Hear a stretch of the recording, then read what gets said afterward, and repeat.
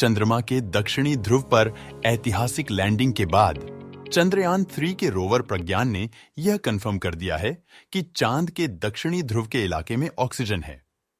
जी हां, आपने सही सुना है। इसरो ने भी इस बात की पुष्टि की है कि चांद के दक्षिणी ध्रुव के इलाके में ऑक्सीजन है। यह काम उसमें लगे लिब्स पेलोड ने किया है। इस यंत्र को सिर्फ चांद की सतह पर मौजूद खनिजों और रसायनों की खोज और पुष्टि के लिए भेजा गया है। इसके अलावा अभी हाइड्रोजन की खोज की जा रही है। अगर ऑक्सीजन के बाद हाइड्रोजन भी मिलता है तो चांद पर पानी बनाना आसान हो जाएगा। चलिए जानते हैं लिब्स पेलोड किस तरह से चांद पर खोज करता है। लिब्स चांद की सतह पर तीव्र लेजर किरणें फेंककर उनका एनालिसिस करता है। ये लेजर किरणें बेहद अधिक तीव्रता के साथ पत्थर या मिट्टी पर गिरती है। इससे वहां पर बेहद गर्म प्लाज्मा पैदा होता है, ठीक वैसा ही जैसा सूरज की सतह पर आता है। प्लाज्मा से निकलने वाली रोशनी यह बताती है कि सतह पर किस तरह के खनिज या रसायनों की मौजूदगी है।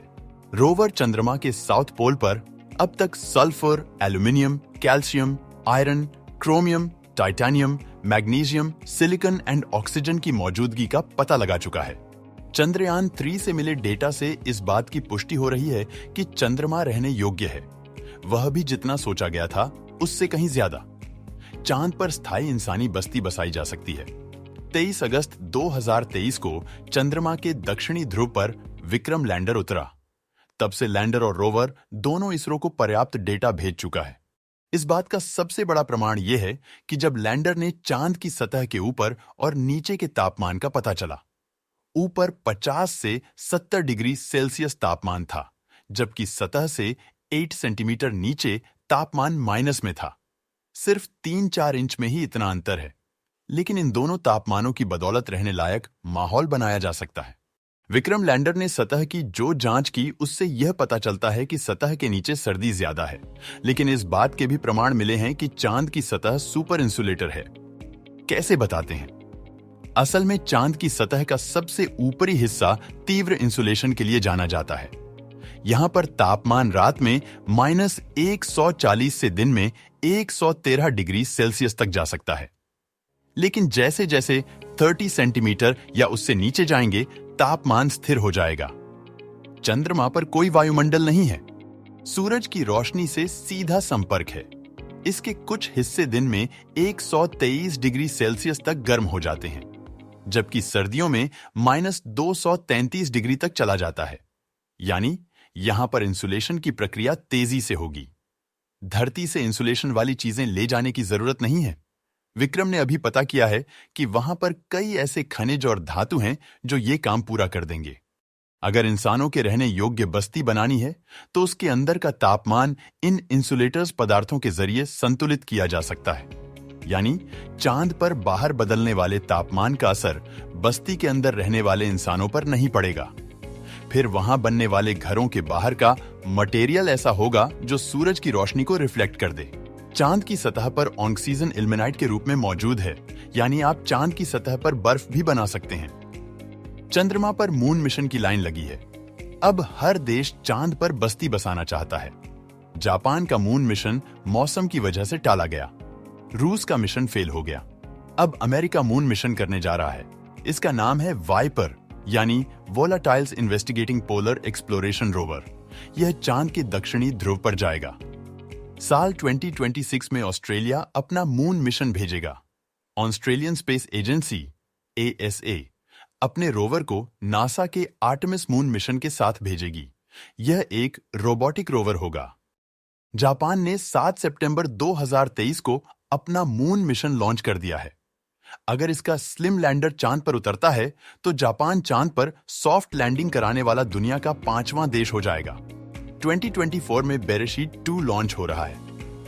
इसे इजराइल भेज रहा है। चीन 2024 से 2027 के बीच अपना चांगई 6, 7 और 8 मिशन भेजेगा। 2030 तक चांद पर रहना संभव होगा। एजेंसी ने कहा है कि अगले कुछ सालों में चांद से ही काम करना भी शुरू किया जा सकेगा। शुरुआत में चांद पर रहने वाले लोग अंतरिक्ष वैज्ञानिक ही होंगे। ये वैज्ञानिक चांद पर रिसर्च से जुड़े काम करेंगे। लंबे समय से हो रही है चांद पर जीवन बसाने की कोशिश।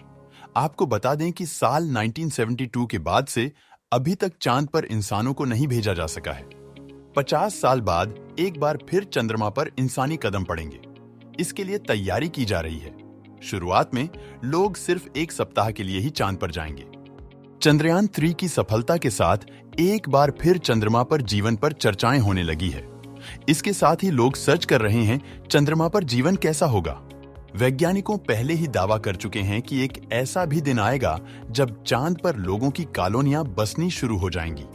इसके साथ ही इन कॉलोनियों में लोगों के घर कैसे बनाए जाएंगे, इस सब को लेकर भी वैज्ञानिक प्रयोग करना शुरू कर चुके हैं।